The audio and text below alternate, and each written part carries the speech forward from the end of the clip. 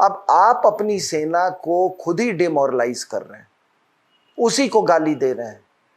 और उसके बाद इन्होंने कहा कि वो सब तो कहा, आपको बताया कि सेक्युलरिज्म लाओ और मोनार्की हटाओ। और उसके बाद इनका ये डिमांड था कि हम इंटरिम सरकार में जब ये आए तो इनका कहा कि हमारे जो ये गुंडे मवाली जो हमारे कार्डर्स थे, मिलिटेंट कार्डर्स, उनको आप नेपाल आर्मी में आप उनको इंडक्ट करो। अब वहां पर कई आर्मी चीफ्स ने इसका बहुत विरोध किया कि भाई हम एक आइडियोलॉजिकली इंडोक्ट्रिनेटेड उसको हम कैसे ले लें लोगों को। और वो लोग जिन्होंने कम से कम 16,000 नेपालीज की जान ली, जो कि एक्सटॉर्शनिस्ट का काम कर रहे थे, जो कि दिन दहाड़े लोगों को घर से निकाल कर, जो भी इनके जो आइडियोलॉजिकल ओपोनेंट होते थे वो उनको ये मारते थे। तो इन्होंने बड़ा एक वो कर दिया। उसके बाद एक ट्रूथ एंड रिकंसिलिएशन, मतलब सच्चाई और समझौता, मतलब आपस में सच्चाई, ट्रूथ एंड रिकंसिलिएशन, कि आपके बाप को मार दिया, आपकी माँ को आपके आंख के सामने मार दिया, आपके बच्चे के उसमें खुखरी डाल दी, और उसके बाद कह रहे हैं कि भैया अब तो हम सरकार में आ गए, अब जो है अब रिकंसाइल कर लो यार, अब वो भूल जाओ। ऐसे लोगों को इन्होंने ब्लैकमेल करके यहां पे लाया। 6,500 लोगों को इन्होंने इंडक्ट करवाया नेपाल आर्मी में। वो ये नहीं था कि वो क्या लड़ेंगे, वो नहीं लड़ेंगे। और इनको बोला गया कि भैया तू और कहीं वो वहाँ पे बहुत सारे नेशनल पार्क्स हैं, उसमें हम आपको भर्ती नहीं, हमको फौज ही चाहिए। और फिर भी हमारे यहाँ जो कुछ ही अंग्रेजी बोलने वाले जो लोग हैं ना, उन लोगों ने ये इस चीज को, इसकी सेंसिटिविटी को समझा नहीं। नेपाल आर्मी कहती रह गई, इन लोगों को अंदर कर दिया, चाहे वो जिस स्थान पे भी गए। मान लो वो सिक्योरिटी ड्यूटीज में ही है, वो सिक्योरिटी गार्ड का काम करें, लेकिन आपने तो शुरुआत शुरू कर दी ना, डाइल्यूशन शुरू कर दी। तो कोई एक जो पार्टी, जो ये कम्युनिस्ट, जो खुद नेपाल अपने ही आर्मी को दुश्मन मानती हो, और फिर ये आरएसएन सिंह को गाली देते हैं सॉवरेनिटी के नाम पे। कोई ऐसा मुल्क देखा है जहां पर कोई अपने ही आर्मी को गाली देता हो? तो वो लोग जो अपनी गाली को आर्मी को, फिर ये भी इनका ये था कि इसको नेपाल आर्मी से हटा के people's liberation army of Nepal इसका नाम रखिए। वो अभी तक हो नहीं पाया है, वो अभी तक हो नहीं पाया है। और मुझे तो कभी कभी, मैंने अपनी किताब में भी लिखा था कि जिस तरह से ये ह्यूमिलिएट कर रहे थे अपने आर्मी को, मुझे लगता था कि ये आर्मी का कहीं टेक ओवर ना हो जाए वहां पे नेपाल में। ये तो कहिए कि भारत की परंपरा, हमारी जो हिंदू परंपरा है, उस हिंदू परंपरा में हम इसका लेकिन कम्युनिस्ट, अगर ये देखिए ये लोग किस रास्ते से आए, ये लोग किस रास्ते से आए। तो ये पीएलए को इनवाइट करना इनके लिए कोई बहुत बड़ी बात नहीं है, कोई बड़ी बात नहीं है इनको। अगर उसको यूं कहें कि एक नेपाल के कम्युनिस्ट को अपने वतन से ज्यादा मोहब्बत है या चीन से, तो इनको आपको कि इनका सबसे बड़ा अगर कोई आइडियल है लाइफ में, तो वो पृथ्वी नारायण शाह नहीं है जिसने नेपाल बनाया, वो नहीं है इनका आइडियल। इनका आइडियल है माओ त्से तुंग। वो माओ त्से तुंग जो कभी नहाता नहीं था, जो कभी ब्रश नहीं करता था, जिसने करोड़ों लोग मरवा दिए,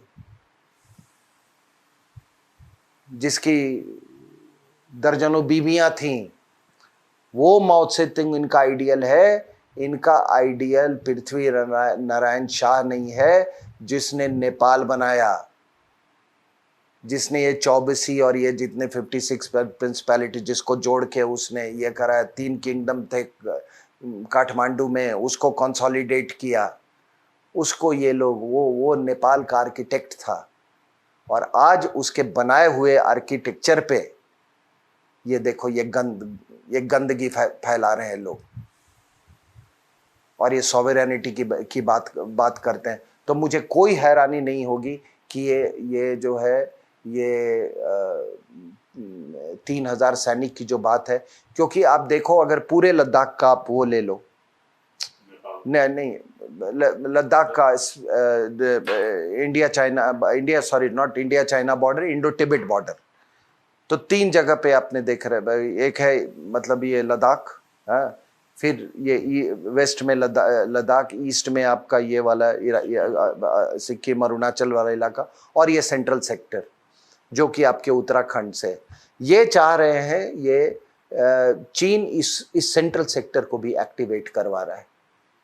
और इसके पीछे क्या मतलब ये ऐसा क्यों है? ये तीनों है जो ये बेल्ट रोड इनिशिएटिव से जुड़ा हुआ है। उधर चाइना पाकिस्तान इकोनॉमिक कॉरिडोर, ये गलवान में जो हो रहा है वो क्यों हो रहा है? क्योंकि हम काराकोरम से जस्ट पीछे, वो डीबीओ है जस्ट काराकोरम के पीछे है, हमारी क्षमता वहां बढ़ रही है, सड़क बना रहे हैं, इनको लग रहा है कि चाइना पाकिस्तान इकोनॉमिक कॉरिडोर को ये ऐसी की तैसी कर देंगे ये लोग। आप अगर मैं बड़ी अच्छी, आज किसी ने, हम सब अक्साई चीन बोलते हैं, सक्षम बोलते हैं, एक किसी ने आज नक्शे में वो लिखा COK1, China occupied Kashmir 1, Aksai चीन को, और उसके बाजू में लेफ्ट में COK2 सक्षम वैली जो 63 में, और इसके बीच से ये डीबीओ जा रहा है। और ये जो काराकोरम है, अगर बिना काराकोरम को तो China Pakistan economic corridor possible नहीं है। तो वहां पे ये हमसे इसलिए जूझ रहे हैं कि ये चाइना पाकिस्तान, और हम चैलेंज करेंगे। हमारे जमीन की छाती पर से हमारी गिलगिट बाल्टिस्तान हमारा है, कोई सवाल नहीं उठता है कि हम इनको चाइना पाकिस्तान इकोनॉमिक कॉरिडोर बना देंगे। और ये जो आप देख रहे हैं काला पानी का, ये है ये कि चाइना नेपाल इकोनॉमिक कॉरिडोर, वो जिस रास्ते से भी आए, केरोंग के रास्ते से, और ये जिस रास्ते से भी आए, तो ये चाइना इकोनॉमिक कॉरिडोर उधर हो गया। तीसरा, आप वो डोकलाम में जो हुआ था, वो चाइना बांग्लादेश इकोनॉमिक कॉरिडोर, उनका ये था कि वो शॉर्टेस्ट रूट है, वो आप जो सिलीगुड़ी का कॉरिडोर है उसको पेनिट्रेट किया और सीधे आप बांग्लादेश में चिटागोंग या कोई किसी पोर्ट पे चले गए।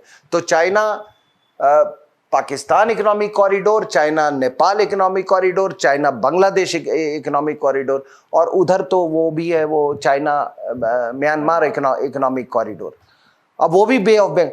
ये चारों इकोनॉमिक कॉरिडोर्स जो हैं, जिसको आप बेल्ट रोड इनिशिएटिव जो बोलते हैं, तो उसकी चाबी हमारे पास। ये पूरे दुनिया को ये एहसास होना चाहिए कि पूरे बेल्ट रोड इनिशिएटिव की चाबी हिंदुस्तान के पास, और वो चाबी ना हम पाकिस्तान को देंगे, ना नेपाल को देंगे, ना हम बांग्लादेश को देंगे, और वो देंगे, हाँ हम उनको क्यों चाबी देंगे? हम अपनी टेरिटरी से, तुम जाओ, मैंने कहा तो कि आपको जिधर से जाना है आप जाओ, हमारी धरती से नहीं गुजरेगी ये। तो ये कहानी है। इसीलिए पूरा का पूरा जो आप देख रहे हो, ये मैप वाला ये, और ये वर्चुअल जो इन्होंने वो मीटिंग की यहाँ की कम्युनिस्ट पार्टी ने, उसकी कम्युनिस्ट पार्टी ने, ये सब उस नजरिए से आप देखिए। सिंह साहब, अगर इसको बड़े परिप्रेक्ष्य में कहें तो कम्युनिस्ट सरकार का इरादा क्या है?